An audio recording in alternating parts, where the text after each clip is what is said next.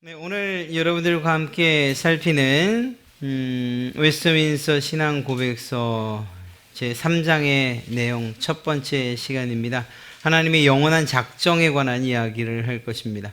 하나님의 작정, 또 다른 표현을 하면 예정, 그리고 그 예정 안에 선택과 그리고 참 듣기 힘든 이야기이긴 합니다만 유기라는 이러한 하나님의 작정하심과 예정하심을 먼저 살펴보려고 합니다. 8가지 항목으로 되어 있고요. 그 가운데 4가지 항목을 오늘 살펴보려고 합니다.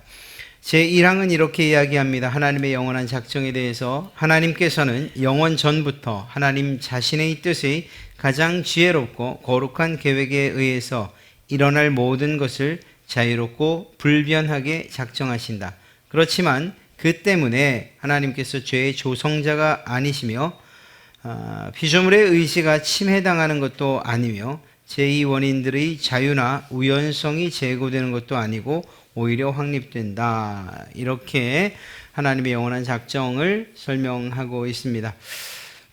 앞부분은 우리가 잘 이해할 수 있어요. 하나님께서는 영원전부터 하나님 자신의 뜻에 가장 지혜롭고 거룩한 계획에 의해서 일어날 모든 것을 자유롭고 불변하게 작정하셨다. 하나님께서 자신의 작정을 가지고 계셨는데 그것은 영원전부터, 세상이 만들어지기 전부터, 그리고 그 작정하심은 하나님의 가장 지혜로움 가운데에, 그리고 하나님의 그 거룩하신 계획 가운데에 따라서, 그것에 따라서 작정이 되었고, 그 작정하심은 누구에게도 침해받거나 방해받지 않는 자유함을 가지고 있고, 하나님께서 작정하신 것은 결코 변치 않으신다라는 사실이에요.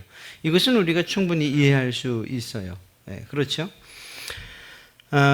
그런데 이러한 하나님의 작정을 우리가 생각하다 보면 결국 대두되는 문제가 뭔가 하면, 선한 부분에 있어서 구원에 관해서의 작정은 우리가 충분히 수긍할 수 있어요. 그런데 문제는 무엇인가 하면, 그러면 하나님께서 작정하시고 그 작정에 따라, 그 계획에 따라 통치하시는 이 세상이 하나님의 뜻대로, 그리고 정말 우리가 바라는 대로 좋은 일들과 선한 일들로만 가득 차 있느냐, 이렇게 물어볼 때에 문제가 생기는 거예요. 물론 이것은 하나님 편에서의 문제가 아니에요. 우리의 지혜나 우리가 이해하지 못하는 측면에서의 문제인 것이죠. 하나님이 일어난 모든 것을 작정하신다면 우리의 범죄에 대해서도 하나님이 작정하신 것인가? 이렇게 물어볼 수 있다는 거죠. 그렇게 물어보신 분들도 아마 계실 거예요. 하나님은 우리가 죄 지을 것을 영원전부터 아시는가? 아시죠. 그렇다 하는 거예요. 우리가 죄 지을 것을 알기 때문에 그 죄 지은 인간들을 구원하실 방법을 하나님은 이미 우리가 만들어지기 이전에 계획하셨어요. 예수 그리스도를 통해서 말이죠. 그러니까 우리의 범죄에 대해서도 알고 계시고, 또한 우리가 죄 지을 것을 이미 영원 전부터 알고 계신다는 사실입니다. 만약에 이러한 죄가 하나님의 허용이 없었다면 죄 지을 수 있었겠습니까? 우리가 짓는 죄가, 여러분이나 제가 범죄하는 일이 있잖아요. 마음속으로든 실제 삶으로든 범죄하는 상황이 생겼어요. 이 범죄함이 하나님의 허용이 없이 이루어질 수 있을까요? 바꿔 말하면 하나님께서 우리를 강제적으로 죄짓지 못하게 할 수 없으셨을까요? 있지요.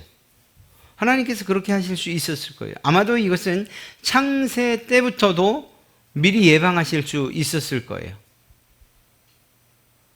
우리가 전적으로 하나님의 뜻에 복종하도록 하나님이 만들어 놓으셨을 수도 있어요. 마치 로봇을 만드는 것처럼 그냥 무조건 100%, 아니 200% 모두 순종할 수 있게끔, 아니요라고 대답하지 못하게끔 하나님이 만드실 수 있었어요. 그러나 그렇게 하지 않으셨습니다. 이유는 무엇이었는가 하면 우리에게 우리의 인격과 우리의 자유를 사용하여 하나님을 섬기기를 원하셨기 때문에, 우리가 자발적으로 우리의 의지를 따라 하나님께 순종하기를 원하셨기 때문에, 우리를 로봇으로 만드신 것이 아니고 인격체로 만드셨잖아요. 그리고 우리 안에 자유의지를 주셨다는 것입니다. 그렇기 때문에 하나님께서 우리의 범죄를 허용하신 것은 사실이지만 그것이 나중에 내가 죄 지은 건 하나님이 허락하셨기 때문이고 또 하나님이 막지 않으셨기 때문이에요 라고 핑계할 수는 없다는 것입니다. 그것은 전적으로 죄를 지은 그 사람의 자유로운 의지에 따라서 그의 결정에 따라서 지은 것이고 하나님께서 그것을 허용하셨다는 거예요. 이 허용하심이 죄를 짓도록 강요하셨다는 그런 의미가 아니라는 것을 좀 우리는 이해해야 됩니다. 하나님은 악에서 선을 끌어내시는 분이시지요. 예, 우리는 그것을 믿습니다. 그래서 오히려 우리는 이 세상이 악하다는 것을 알면서도 하나님께서 이러한 악한 세상까지도 하나님께서 선으로 바꾸실 것을, 하나님께서 영광 받으실 것을 우리는 전적으로 신뢰해야 되는 것입니다. 아주 좋은 예가 성경에 바로 요셉 사건입니다. 창세기 50장 20절 말씀을 보면 당신들은, 요셉이 하는 이야기죠. 형들을 향해서 당신들은 나를 해하려 하였으나 하나님은 그것을 선으로 바꾸사. 그것이 뭐죠? 해하려 한 악한 의도, 또 악한 일, 형제들의 악한 이 행위를 하나님께서 무엇으로 바꾸셨다고요? 선으로 바꾸셨다, 이렇게 얘기하죠. 그래서 오늘과 같이 만민의 생명을 구원하게 하시려 하셨나니, 하나님의 그 작정하심은 이렇게 그 궁극적인 결과가 선이고 하나님께서 영광 받으시기 합당한 일들로 결론나게 이루어지게끔 하시는 분이라는 사실을 알 수가 있습니다. 이스라엘의 구원이라는 놀라운 사건, 그것의 시작이 아브라함에게 주어진 약속으로부터 시작해서 그의 아들 이삭, 그리고 야곱, 그리고 요셉에게 이르르면서 실제적으로 민족으로 구성되어지는 이 상황은 요셉으로부터 시작됐다고 이야기할 수 있죠. 이러한 이스라엘의 구원이라는 하나님의 거룩하고 의로운 목적을 이루시기 위해 사용한 여러 가지 수단들, 형제들의 그러한 시기심, 질투심, 그리고 실제적인 악행, 이러한 모든 수단들, 이 수단들은 이러한 형들의 악한 행동이었던 것을 알 수가 있습니다. 그렇다고 해서 하나님께서 형제들을 부추켜서 형제들에게 악한 마음을 막 집어넣어서 악하게 행하게 하시고 범죄하게 하시고 그리고 나서 그것을 나중에 선으로 이렇게 바꾸셨구나, 이렇게 이해해서는 안 된다는 거예요. 즉 하나님께서 악을 만들어내시는 분이 아니라는 사실이에요. 이 일은 형들이 요셉을 이해할 수도 있었고 사랑할 수도 있었고 철없는 동생으로 여겨서 꾸짖거나 혹은 타이르거나 혹은 그럼에도 불구하고 덮어줄 수 있는 아량으로 베풀 수도 있었던 일이에요. 그런데 이 형들의 이 악함은 그들의 의지에 따라서, 그들의 악한 의지에 따라서 실제 범죄가 되었고, 그럼에도 불구하고 그 범죄 때문에 하나님의 계획이 무너지는 것이 아니라 오히려 그 범죄조차도, 그 악한 생각과 그 뜻조차도 하나님이 선하게 사용하셨다는 것을 알 수 있는 거예요. 그러면 이렇게 얘기할 수 있어요. 그러면 요셉이 이렇게 형제들에 의해서 애굽으로 팔려가지 않았다면, 그러면 어떻게 이스라엘 백성들이 민족을 이룰 수 있었을까요? 그건 우리가 생각할 게 아니에요. 다시 바꿔 말하면, 만약에 형제들이 참 착한 사람들이어서 요셉이 팔리는 일들 혹은 죽을 뻔한 이러한 일들이 없었다고 한다면 하나님은 또 다른 방식을 통해서 이스라엘 백성들을 민족으로 삼으셨을 거라는 거예요. 자, 여기서 또 아주 좋은 예가 하나 있어요. 야곱이죠. 야곱. 이 어머니가 리브가가 야곱과 에서 쌍둥이를 낳으면서 하나님께로부터 작은 자가 작은 자를 섬길 것이라는 이야기를 듣습니다. 그리고 나서 무슨 일을 합니까? 이 야곱이 형의 장자권을 뺏는 일뿐만 아니라 형의 축복을 가로채는 일에 이 엄마가 함께 동참을 합니다. 그렇죠. 첫째는 야곱이 아주 꾀가 있어서 형의 장자권을 뺏겠다고 파축을 가지고서 그 일을 이뤄내요. 자, 여기에서 하나님의 선한 뜻을 보실 수 있어요? 속이는 일들인데, 형을 속이고 아버지를 속이는 일들인데, 여기에서 하나님이 하셨다 이렇게 이야기할 수 있습니까? 아니에요. 이것은 어머니 리브가 혹은 야곱의 계략이었을 따름이에요. 어찌 보면 악한 의도였고 가정이 결국 그 때문에 깨져버리고 말아요. 이런 상황이 만약 아니었다 하더라도, 그래서 야곱이 굳이 장자권을 사겠다고 팥죽을 끓이고 그 짓을 안 했어도, 어머니와 함께 그 복 받겠다고 양털로 온몸을 가죽이 싸고 이렇게 형을 속이거나 아버지를 속이지 않았다 하더라도, 하나님께서 큰 자가 작은 자를 섬길 것이라고 하시는 이 말씀을 이루셨을까요? 안 이루셨을까요? 이루셨죠. 그 방법은? 그건 몰라요.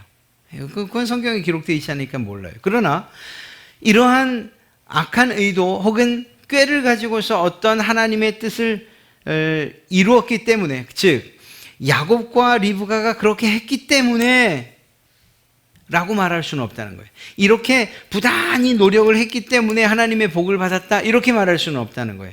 우리가 야곱의 전체 삶을 보면 그의 삶이 복이 아니었다는 것을 알 수가 있잖아요. 오히려 야곱은 하나님을 전적으로 신뢰하고 리브가가 하나님을 전적으로 신뢰했으면 더 평탄한 길을 살았을지도 몰라요.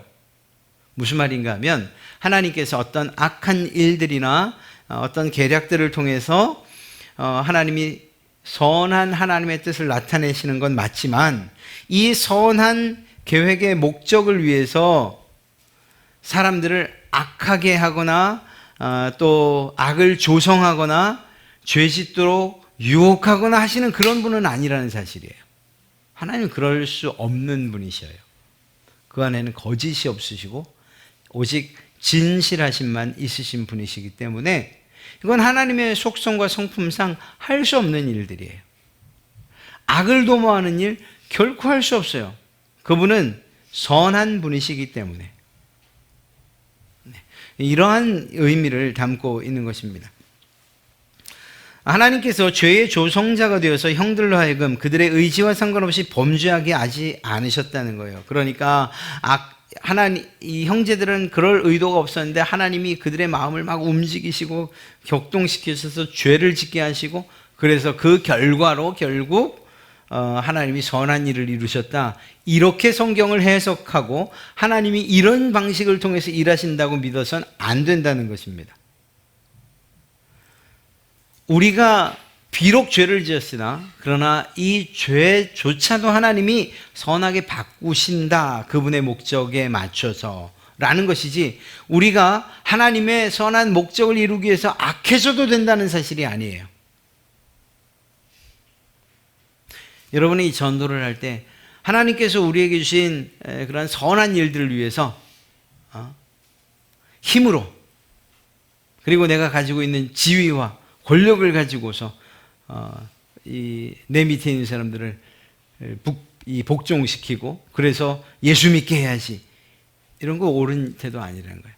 그것을 역사적으로 가장 잘 증명하고 있는 것은 십자군 전쟁이에요. 십자군 전쟁에 나갈 때, 물론 그것은 그 의도 자체가 불온했어요. 돈을 착취하고자 함이었고, 베드로 성당을 짓기 위한 이러한 여러 가지 정치적이고 그리고 또 종교인들의 그러한 탐욕스러움이 거기에 적용이 됐어요. 그런데 거기에 참여하는 사람들은 어떤 의도였어요?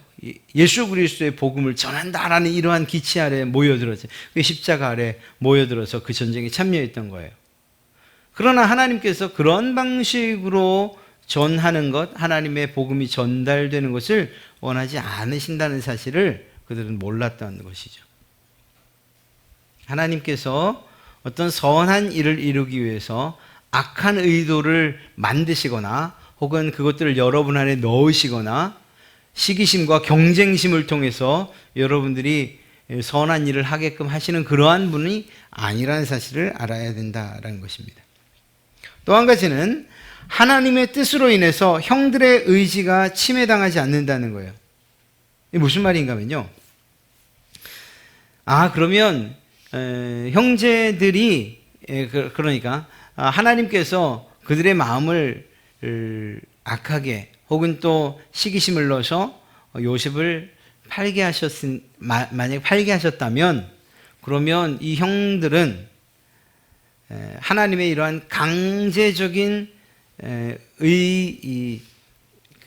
의지의 주입으로 말미암아서 자기의 뜻이 아니라 하나님의 뜻대로 이렇게 움직여져 갔으니 자유를 뺏긴 것이나 마찬가지겠네요. 이렇게 말해서도 안 된다는 거예요. 하나님은 그 일에 대해서 전혀 개입하지 않으셨어요. 다만 그들이 죄를 짓는 것에 대해서는 허용을 하셨어요. 그 끝이 그들의 죄악과 그들의 범죄의 끝이 결국은 어떻게 하나님의 선함과 영광으로 나타나실지를 아셨기 때문에 그것을 허용하셨을 따름이에요. 그래서 그들의 죄는 그들의 자유의 의지에 따라서 자유에 따라서 이루어진 일이에요. 그들의 자유가 결코 침해되지 않았다는 것입니다. 모든 피조물들은 창조자에게 의존합니다. 그렇지 않은 피조물들이 없어요. 여러분들뿐만 아니라 세상 만물 모든 것이 그래요. 동식물 모든 것들이 다 마찬가지로 하나님 즉 창조자에게 의존합니다. 그래서 어떤 일이 일어났다. 제가 이 수건을 여러분에게 혹은 저기다 이렇게 던졌다라고 할 때에 이 던져진 일의 제1 원인은 누구일까요? 우리가 오늘 이 말씀대로 하면 하나님이시죠. 그러나 제2 원인은 저예요. 이 행위가 일어난 것은 제가 했으니까. 모든 것은 하나님의 뜻과 계획 가운데 있어요. 그러나 그 작은 일들을 한 그 원인은 저예요. 그래서 하나님이 제1차 원인이 되고 피조물의 행위는 제2차 원인이 되는 거예요. 여기에서 1차 원인인 하나님의 그 뜻 때문에 2차 원인이 되는 피조물의 자유가 제거되거나 혹은 제약을 받지 않는다는 거예요. 하나님께서 그들을 구원하시기 위해서 이스라엘 백성들을 구원하시기 위해서 형들의 악한 행동들을 사용하셨습니다. 그러나 그렇다고 해서 그들이 하나님의 그런 강제적인 이 악의 주입 혹은 악을 만드시는 이러한 뜻에 의해서가 아니고 그들은 자유롭게 행했을 따름에 자유롭게 하나님의 뜻에 그들의 자유가 침해당하지 않았어요.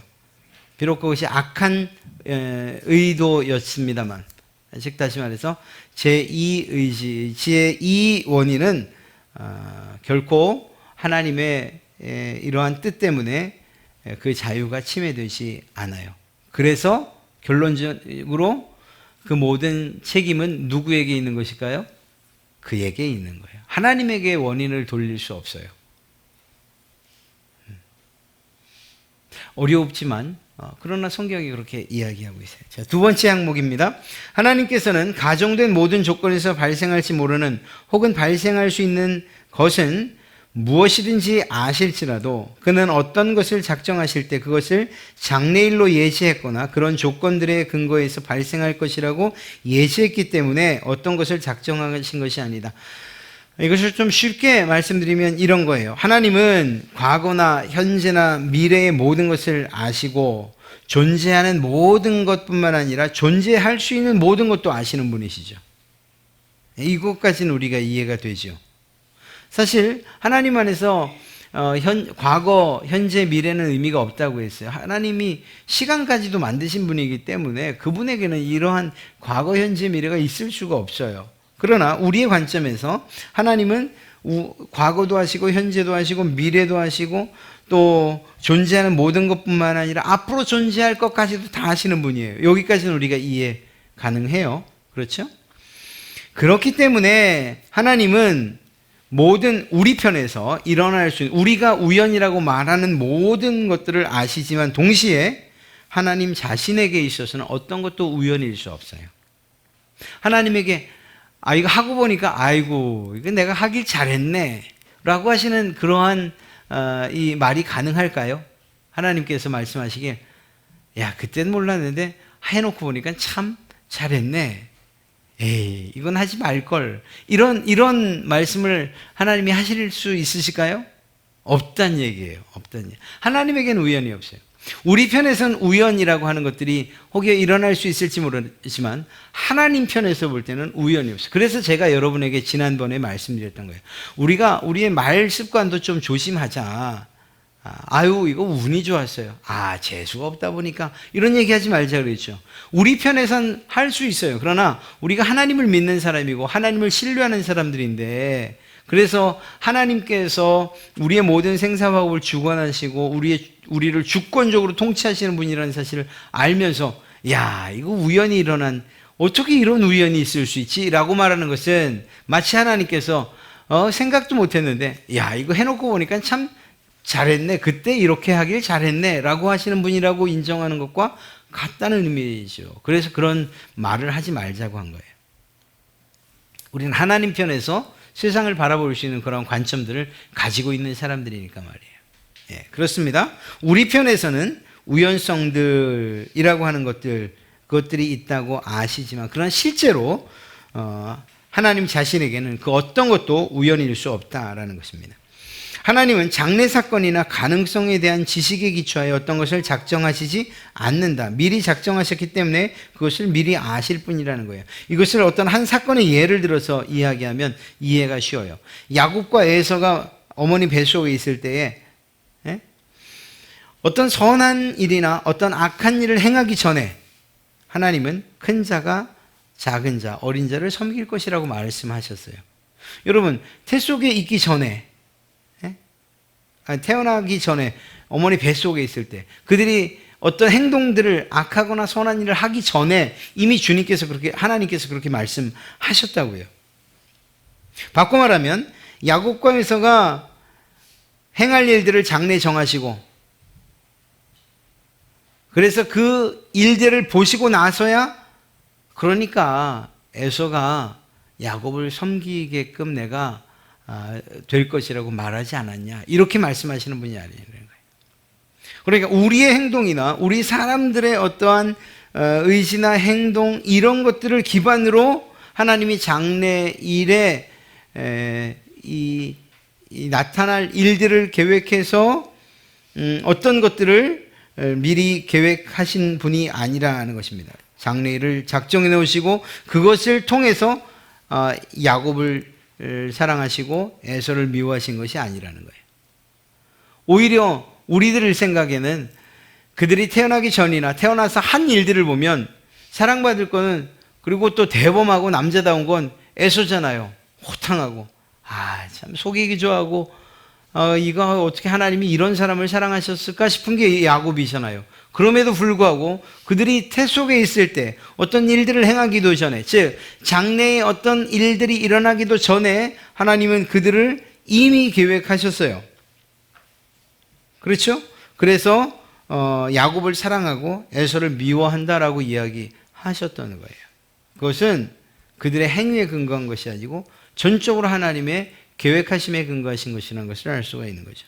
로마서 9장 16절에 그런즉 원하는 자로 말미암음도 아니요 다른 박질하는 자로 말미암음도 아니요 오직 긍휼히 여기시는 하나님으로 말미암음이라. 하나님께서 우리에게 베푸시는 은혜는 우리의 행위에 걸려 있거나 우리가 어떤 수고로운 일들을 하고 또 자랑할 만한 일을 했기 때문에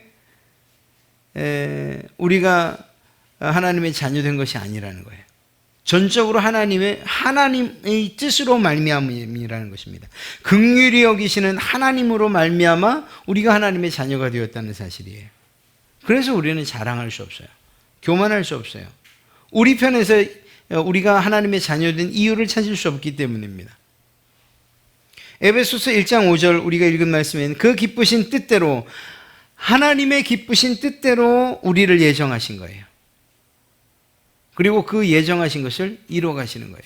그러니까 우리가 하나님의 자녀된 것, 예수 그리스도로 말미암아 하나님의 자녀된 이것은 하나님께서 기뻐하시는 뜻대로 계획하신 것이고 그 계획이 이루어진 것일 따름이에요. 여기에서 하나님의 계획은, 하나님의 뜻은 무시한 채 내가 열심히 신앙생활을 했으니까, 내가 열심히 예배했으니까, 내가 열심히 기도했으니까, 우리 아버지 때부터, 아니 할아버지, 증조 할아버지 때부터 내가 우리 가족이 믿었으니까 내가 구원받는 거지, 이런 얘기하면 안 된다는 거예요. 내가 교회에 한 일이 얼마인데 내가 한 헌금이 얼마, 이런 얘기 해서도 안 된다는 거예요. 이유가 무엇입니까? 이러한 것들의 근거에서 우리가 구원받은 것이 아니고 오히려 그것과는 비교할 수 없는 차원의 하나님이 기뻐하시는 하나님의 뜻대로 우리가 구원받았다는 사실을 성경이 이야기하고 있기 때문이에요. 우리의 구원은 하나님의 뜻이에요. 그리고 그 뜻은 기쁨 가운데 행하신 것이에요. 그래서 우리가 감사할 수밖에 없는 거예요. 억지로 아휴, 너 하는 거 보면 참 내가 답답하다. 그래도 내가 너 구원해 주마. 이렇게 하신 게 아니에요.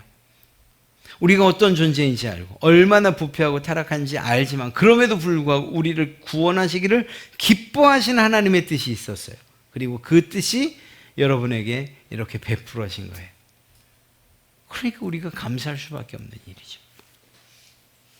바울은 하나님의 선택의 근거가 우리 안에 있는 것이 아니라 하나님의 주권적인 선하신 기쁘심에 있다는 사실을 강조하고 있어요. 이 사실을 우리도 잊지 말아야 합니다. 세 번째 항목인데요. 하나님의 작정에 의하여 그리고 하나님의 영광을 나타내시기 위하여 어떤 사람들과 천사들은 영생애로 예정되고 다른 이들은 영원한 사망애로 예정된다. 하나님의 작정에 의해서 하나님의 영광을 위하여, 이 말이 중요해요. 하나님께서 어떤 사람은 구원하시기로 선택하시고 어떤 사람은 멸망하시기로 유기를 선택하셨다, 유기하셨다, 이렇게 선택과 유기라는 이러한 정말 말만 들어도 어떻게 사랑의 하나님이 그러실까? 누구는 선택하시고 누구는 버리신단 말이 과연 가당키나 한가? 이런 이야기, 이런 생각을 우리는 하지 않습니까? 그런데 이러한 하나님의 선택 그리고 하나님의 유기, 이 둘은 하나님의 작정에 의해서 된 것이고 궁극적으로 하나님의 영광을 드러내기 위해서 이러한 결정을 하셨다, 이러한 작정을 하셨다라는 것입니다. 하나님의 작정은 하나님 자신의 영광을 나타내시기 위함이라는 거예요. 그러고 보니까 타락한 사람들을 구원하시는, 여러분과 저를 구원하시는, 도저히 소망 없고 전적으로 부패하고 전적으로 타락해서 도저히 천국을 소망할 수도 없고 그저 갈 수 있는 곳이 지옥이라고밖에 생각할 수 없었던 나를 구원하시는, 그리고 여러분을 구원하시는, 이렇게 죄인들을 구원하시는 하나님의 이 모습, 이 작정하심, 그리고 그 작정하심이 성취되는 것을 보니까 하나님 영광 받으시기에 정말 합당하시네요. 그런 생각 안 드십니까? 그렇죠. 죄인들을 구원해서 하나님의 자비와 은혜 그리고 또한 하나님의 영광을 나타내시는, 이거 우리가 충분히 수긍하죠. 야, 정말 멋지시다.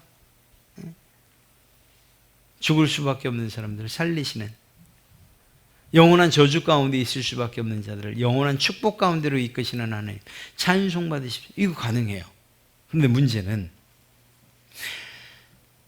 이러한 구원뿐만 아니라 구원과 반대되는 개념의 작정을 통해서도 하나님이 영광 받으시는 분이신가? 그럼 만약 그렇다면 너무 잔인한 것 아닌가? 하나님께서 이 구원으로 택하지 않으시는 이 일들을 통해서도 하나님이 영광을 받으시는가? 그러니까 좀 노골적으로 말하면 하나님의 선택을 받지 못해 지옥에 던져지는 사람들을 통해서도, 고통당하는 사람들을 통해서도 하나님이 영광을 받으시는가? 그렇다면 하나님이 너무 내가 구원받은 건 영광 받으시기 합당하신데 이런 반대 상황을 생각해 보니까 이런 식으로도 하나님이 영광을 받으시는가? 이런 생각이 들 수밖에 없어요. 저만 그런 생각이 드나요?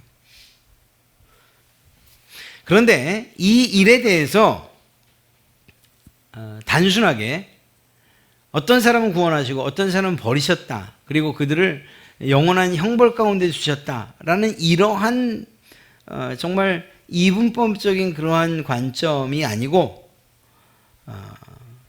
다른 관점에서 보면 하나님이 영광 받으신다는 것이 맞습니다. 무슨 말인가 하면 악인들의 심판을 통해서 하나님이 영광을 받으신다는 거예요. 그것이 악인이 아니라 우리의 입장에서 아니 저렇게 착한 사람도 구원받지 못한다고? 지옥에 간다고? 이렇게 이야기할 수 있으나 그러나 하나님께서 결정하시는 그 기준은 악인이라는 거예요. 그리고 그 악인의 심판은 하나님이 그 일을 통해서 영광 받으시기 합당하시다는 것이죠. 어떤 의미에서인가? 의인에게는 자비와 사랑이 나타나죠. 그것이 실현돼요. 그러니까 여러분에게는 하나님의 사랑과 자비가 나타났다는 거예요. 그래서 우리가 이 자리에 나와서 예배할 수 있는 거예요. 그렇다면 악인에게는 무엇이 나타날까요? 무엇이 실현되는 것일까요? 하나님의 공의가 실현되는 거예요. 이 공의와 사랑, 공의와 자비는 하나님의 성품이에요. 지난번에도 말했던 것처럼 어떤 부분이 아니라니까요. 공의적인 부분도 계시고 사랑의 부분도 계신 게 아니에요. 그냥 하나님은 사랑이셔요. 하나님은 그냥 공의셔요. 그러니까 하나님께서 구원하시는 일을 통해서 하나님의 사랑과 자비를 나타내셔요. 그리고 그 중간에는 물론 예수 그리스도라고 하는 대속적 죽음이 있죠. 그런데 어떤 사람들, 하나님께서 심판하기로 결정하신 그 악한 사람들을 용서하시는 것을 통해서 영광 받으시는 것이 아니고 그때는 공의가 철저하게 정말 부서지고 마니까 하나님의 공의가 실현되는 것을 통해서 하나님의 영광을 받으신다고요. 지난번도 말씀드렸던 것처럼 이스라엘 백성들이 가나안 땅으로 들어와서 가나안 족속들을 진멸했을 때 모르는 사람들은 가나안 사람들이 정말 저렇게 그냥 어린아이까지 아이 벤 사람들 그 여자들까지 저렇게 참혹하게 죽어야 되는가? 참 하나님 잔인하시다라고 보지만 그러나 하나님께서는 그들이 회개할 기회를 주셨고 그 기간이 무려 400여 년 가까이 됐다라고 생각한다면 하나님은 참으실 만큼 참으셨고 그럼에도 불구하고 용서하지 못할 만큼 죄가 가득 찼던 것이고 그 죄를 이스라엘 백성들을 통하여서 심판하시는 것을 통해서 즉 하나님의 공의를 실현하는 것을 통해서 하나님께서 영광 받으시는 것이라는 것. 이런 방식으로 하나님은 이러한 악인들을 심판하시는 것을 통해서도 영광 받으신다는 거예요. 여러분 하나님의 공의는 다른 말로 하면 하나님의 선하심을 보여주는 것이라고 말할 수 있어요. 선과 악을 미워하시고 선하신 하나님, 공의, 악에 대해서 심판하시고 선한 것에 대해서 보응하신 하나님.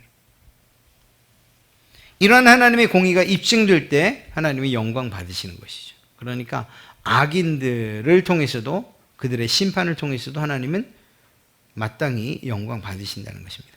자, 여기에서 이제 개혁주의적 입장은 우리 여러분이나 제가 믿는 입장은 이 선택에 있어서 유기에 있어서 적극적인 것과 소극적인 거예요. 이 말이 좀 어려울 수도 있는데 이런 의미예요. 인류는 모두 죄의 노예예요. 그렇죠? 아담 이후에 모든 사람들이 다 죄인이죠. 그리고 그들의 생각에 하나님 두기를 싫어하고 이 세상의 길 가길 좋아하고 사탄의 권세를 따라 살기를 좋아하는 것, 그것이 범죄한 이후의 모든 세상이었어요. 모든 세상이 그랬어요. 이 가운데서 하나님이 구원받을 자들을 택하셨어요. 하나님의 자녀들로 누군가를 택하셨어요. 이렇게 택하실 때는 적극적으로 선택을 하셨다고요. 적극적으로. 당신의 아들의 목숨을 내어놓으면서까지 적극적으로 선택을 하셨어요. 그래서 선택에 있어서는 하나님께서 적극적으로 작정하셨어요. 이것을 그러면 버리시는 일들까지도 하나님이 적극적으로 너는 절대로 안 돼. 그래서 이 망치 들고서는 이 도장 들고서는 머리다가 넌 절대 안 돼. 이렇게 그냥 적극적으로 그렇게 하시느냐? 그게 아니시라는 거예요. 그 부분에 있어서는 소극적이에요. 사실 소극적이라고 하는 표현도 좀 강하게 이야기한 거예요. 왜요? 아까 제가 세상의 상태를 어떻다고 말씀드렸죠? 모두가 범죄했어요. 하나님께서 굳이 너는 선택받지 못해 라고 말하지 않아도 모두가 다 선택받지 못한 상황이었어요. 모두가 다 범죄의 결과로, 그 죄의 결과로 영원한 형벌을 받아야 될 세상이었어요. 하나님께서 굳이 너는 지옥, 넌 이 지옥이, 이렇게 말하지 않아도 모두가 하나님의 형벌 가운데 지옥 갈 수밖에 없는 사람들이 살고 있다는 거예요. 지금도, 그때도, 예전에도, 지금도, 앞으로도. 하나님의 적극적인 작정은 무엇으로 나타났습니까? 여러분들을 구원하시는 것으로서 적극적으로 나타나신 거예요. 그래서 굳이 이 유기에 대해서는 소극적이라고 말하는 것이고, 여러분을 선택하시는 것에 있어서는 적극적이라고 말하는 거예요. 굳이 우리가 하나님은 정말 이해할 수 없어, 어떻게 구원받지 못할 자들을 결정하실 수가 있지? 정하실 수가 있지? 작정하실 수가 있지? 그럼 어떤 사람들은 나면서부터 지옥이라고 그냥 딱 못 박아져서 태어나는 것 아니야? 이렇게 오해할 수가 있어요. 그러나 우리가 조금 더 깊게 생각해 보면, 태어나는 모든 사람들은 1차적으로 어디를 향해 가게 돼 있죠? 지옥을 향해 가게 돼 있는 거예요. 그렇지 않습니까? 모두가 죄를 가지고 태어나니까 말이에요. 그런데 그 가운데 하나님의 적극적인 개입이 있어서 여러분들을 구해내신 거예요. 적극적으로 말이에요. 예수님의 핏값을 줘가면서 적극적으로. 그래서 이 유기는, 예전엔 이것을 상대적으로 하나님은 누군가를 선택하시고 누군가를 유기하신다, 버리신다, 이렇게 주장을 했었는데, 지금은 그렇지 않아요. 오히려 모두가 다 이미 유기된 상태예요. 그 가운데 하나님의 적극적으로 구원하심이 나타났다라는 것이죠. 그리고 또 한 가지 말씀드린다면, 이렇게 모든 세상은 타락하고 부패한 상태였고요. 뿐만 아니라 하나님께서 이러한 세상을 그대로 내버려 두셨다라는 거예요. 자신들의 죄를 그대로 내버려 두셨다라는 거예요. 오히려 불신앙을 하도록 막 강요하신 것이 아니고 그냥 내버려 두신 거예요. 그래서 모든 사람들은 날 때부터 하나님에 대한 아무 호감도 없고 죄와 허물로 죽을 수밖에 없고 타락하고 부패하고 하나님을 향해서 적대적일 수밖에 없어요. 그것이 타락한 인류의 모습이었어요. 아니, 모습이고 앞으로도 그럴 거예요. 주님 오실 때까지. 그러나 그 가운데에서 하나님의 적극적인 작정이 바로 여러분들을 구원의 자리로, 하나님의 자녀의 자리로 부른 줄 믿습니다. 그러니까 우리가 그 하나님을 찬송할 수밖에 없는 거죠. 마지막 네 번째 항목인데요. 이와 같이 예정된 천사들과 사람들은 낱낱이 그리고 불변하게 계획되어 그들의 수요는 확실하고 일정하기 때문에 그 수가 증가할 수도 감소할 수도 없다. 주님은 영원전부터 누가 자신의 소유인지 아시고요. 영원전부터 그들을 택하셨습니다. 불변하게 계획된 하나님의 작정은 최종적이라는 것이에요. 그러니까 하나님의 작정이 변화되지 않는다는 거예요. 아이고, 내가 천국을 더 크게 만들었는데 몇 명 더 들어가겠네, 이런 일 없으시다는 거예요. 아이고, 이제 포화 상태네. 적극적으로 선택했던 몇 명 가운데 마음에 들지 않는 몇 사람은 빼내야지, 이렇게 말씀하지 않으신다는 거예요. 하나님의 작정하심은 불변하시고요. 그 계획은 완전하시기 때문입니다. 이것은 예정되지 않은 사람들은 구원에 대하여 아무 기회도 갖지 못한다는 것을 의미하는 거예요. 안타깝지만 말이에요. 전도와 기도가 문제가 되는 거예요. 그러면 구원에 대해서 아무 기회도 갖지 못할 뿐만 아니라 그 구원의 기회를 얻어도 구원에 대하여서 전혀 생각 없고 하나님에 대해서 오히려 적대적인 사람들, 그들에게 굳이 전도해야 될 이유가 뭐가 있어요? 하나님께서 정하실 자를 정해 놓았는데, 이미 우리가 전도하지 않아도 그들은 구원받게끔 되어 있는데, 우리가 기도하지 않아도 하나님이 정해 놓으신 계획대로 다 이루어질 텐데, 전도와 기도가 무슨 의미가 있어요? 선교사님들 다 본국 철수하셔야겠네요. 첫째는 하나님의 명령이에요. 명령. 두 번째는 그 명령에 순종해야 되는 이유가 무엇인가 하면, 우리 편에서 누가 구원받은 사람이고 누가 구원받지 못할 사람인지를 알 수가 없어요. 어떤 사람들은 임종 때에 구원받는 사람들도 있어요. 어떤 사람들은 구원받을 사람처럼 했으나 마지막 순간에 하나님을 부인하는 사람들도 있을 수 있어요. 즉 다시 말해 우리는 누가 누구인지, 누가 구원받을 사람인지, 누가 구원받지 못할 사람인지 알 수 없어요. 그래서 그저 우리는 주님의 명령에 따라서 주님의 복음을 전할 따름이에요. 기도는요, 기도도 마찬가지예요. 이미 하나님이 정하셨다라고 하지만 그 정하신 그 계획이 어떤 방식으로 이루어질지는 알 수 없어요. 우리의 기도가 하나님의 작정하심을 변경시키거나 혹은 바꾸지는 않아요. 성경에 그런 표현들이 있지만 그것은 하나님께서 뜻을 바꾸신다는 의미는 아니에요. 하나님의 뜻은 정해져 있어요.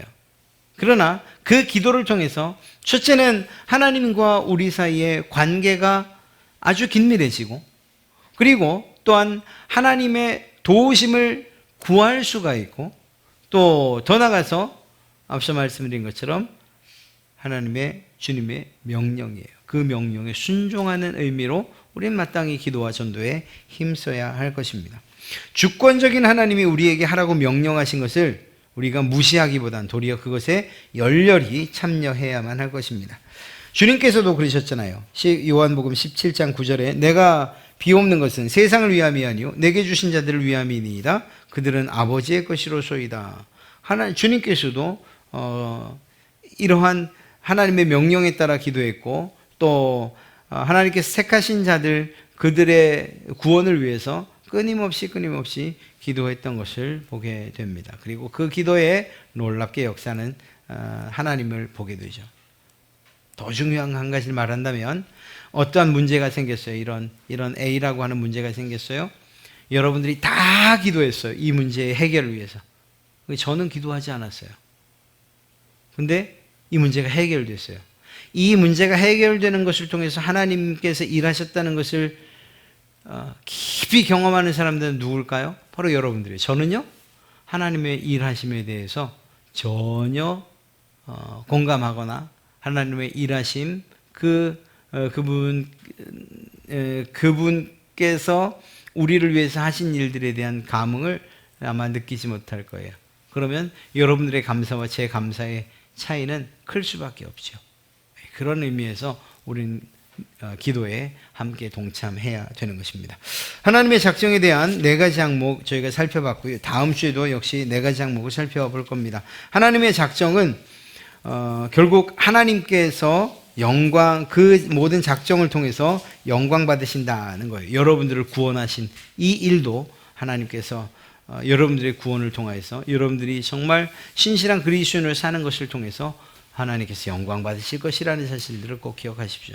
하나님의 이러한 작정하심은 그분의 사랑과 은혜와 자비하심의 결과라는 것 뿐만 아니라 이 반대의 개념에서 하나님께서 작정하지 않으신 사람들, 그들의 그러한 구원들, 또 그들의 그러한 심판 혹은 악에 대한 이러한 하나님의 심판들은 역시 공이라는 측면에서 하나님이 영광 받으신다는 것, 이러한 말씀들을 오늘 우리가 배웠습니다. 어려운 이야기였으나 그러나 이 가운데서도 하나님의 작정하심이 다른 사람 아닌 여러분에게 베풀어졌다는 이 사실만으로도 우리가 하나님을 깊이 찬송하고 또한 영광 올리게 될 줄로 믿습니다. 이러한 말씀 생각하며 이 시간 함께 기도하십니다.